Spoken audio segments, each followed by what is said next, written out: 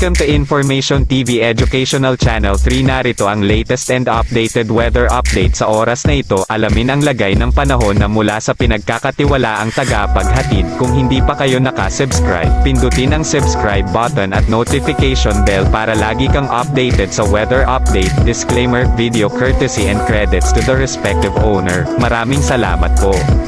Narito ang update ukol sa minomonitor natin na sama ng panahon na si Tropical Depression Agaton at sa isa pa pong sama ng panahon na minomonitor natin sa labas ng ating area of responsibility na si Severe Tropical Storm Malakas.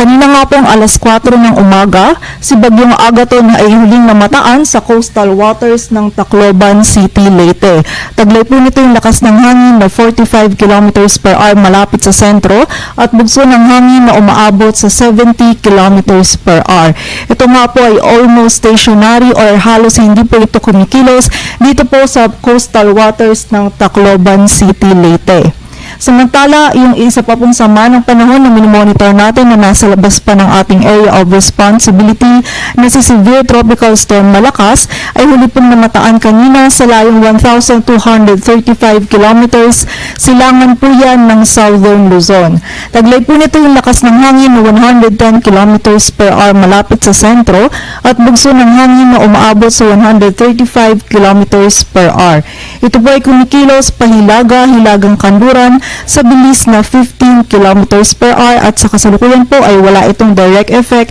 sa anumang bahagi ng ating bansa.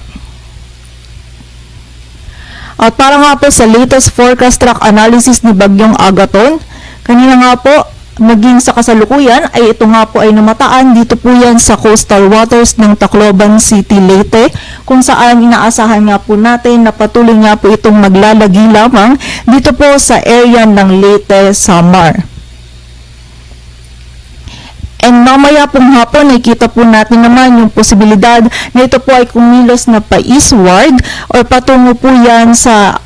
Philippine Sea kung saan ito na nga po ay palayo ng ating area of responsibility. And bukas naman po ng umaga, ng Miyerkules po ng umaga, nakikita po natin yung posibilidad na ito po ay maging isang low pressure area na lamang.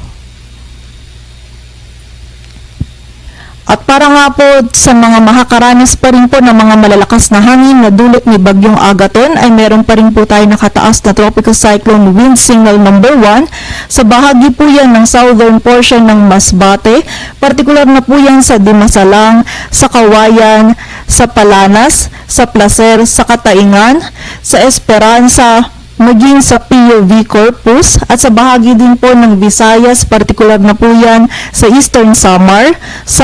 Northern Samar, sa Biliran, sa Leyte, sa Southern Leyte, sa northeastern portion po ng Cebu kasama na dyan ang Camotes Islands, partikular na po yan sa Daan Bantayan, sa Medellin, sa City of Bogo, sa Tabogon, Borbon at sa Sogod at meron din po tayong nakataas na tropical cyclone wind signal number 1 sa bahagi po ng Dinagat Islands kung saan asahan nga po natin itong mga nabanggit po na lugar nito ay makaranas pa rin po ng mga malalakas na hangin na dulot po ni Bagyong Agaton kung saan maaari po ito magdulot ng mga minimal to minor damages po lalong-lalo na po sa mga structures na gawa sa light materials.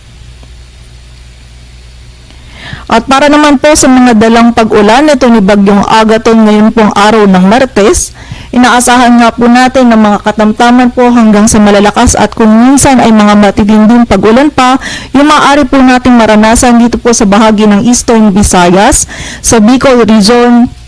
sa northern and central portions ng Cebu kasama na po dyan ang Bantayan at Camotes Island, sa bahagi po ng Aklan, ng Capiz, ng Iloilo, Antique, Guimaras, maging sa northern at central portions ng Negros provinces at mga light to moderate naman po at kung minsan ay mga malalakas na pag-ulan ang maaari po nating maranasan sa bahagi po ng Mimaropa, ng Dinagat Islands, sa Zamboanga del Norte, sa Quezon at maging sa nalalabing bahagi pa po ng Visayas kung saan pinapaalalahanan nga po natin yung mga kababayan po natin na mag-ingat po at maging alerto dahil mataas pa rin po yung banta ng mga pagbaha at pagguho ng lupa and also makipag-ugnayan din po tayo sa ating mga lokal na pamahalaan para po sa mga aksyon na maaari po nating gawin para po sa ating kaligtasan. At muli po, yung mga areas nga po na nabanggit natin kanina na meron pa rin po tayo nakataas na tropical cyclone wind signal number 1, asahan po natin makakaranas po sila ng mga malalakas na hangin na dulot ni Bagyong Agaton. And also, magiging maalon hanggang sa napakaalon din po yung kalagayan po ng dagat baybayin dyan po sa mga lugar na yan kung saan hindi nga po natin pinapayuhang pumalaot yung mga kababayan po natin mga isda pati na rin yung may mga maliliit na sasakyang pandagat.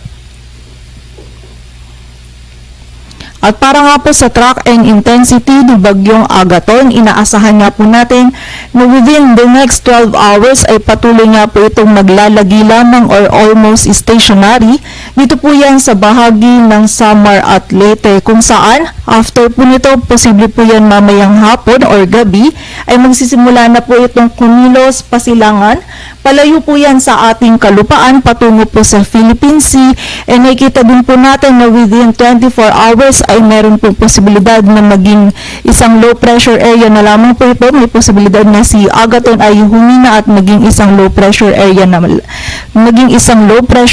na lamang. And also ito nga pong low pressure area na ito na si Agaton ay nakikita po natin na generally ay kikilos naman po ito pasilangan. Patungo po yan sa Philippine Sea kung saan posible po na makuha po ni Bagyong Malakas or sumama po ito sa sirkulasyon ni Bagyong Malakas.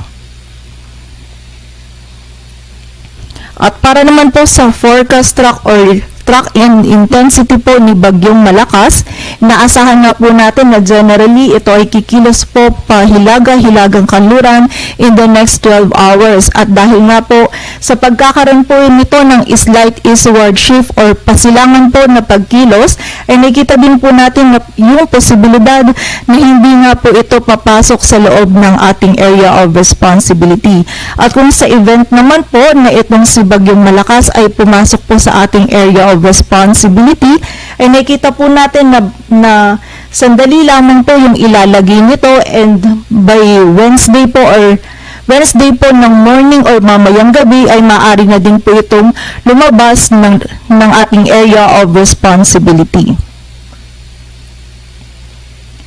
And also, ito pong si Bagyong Malakas, nakita po natin yung posibilidad or nakita po natin na mag-i-intensify pa po ito into a typhoon category. And also, hindi din po natin nakita na magkakaroon ito ng direct effect sa ating bansa. Ayon po yan sa ating latest analysis. Maliban na lamang po na yung trough nito sa mga susunod na araw ay maaari po magdulot ng mga pag-ulan sa silangang bahagi po ng ating bansa. And also, maaari din po ito magdulot ng mga maalon po hanggang sa napakaalon po na kalagayan ng karagatan dyan po sa mga areas sa northern at eastern seaboards po ng Luzon maging sa eastern seaboards po ng Visayas at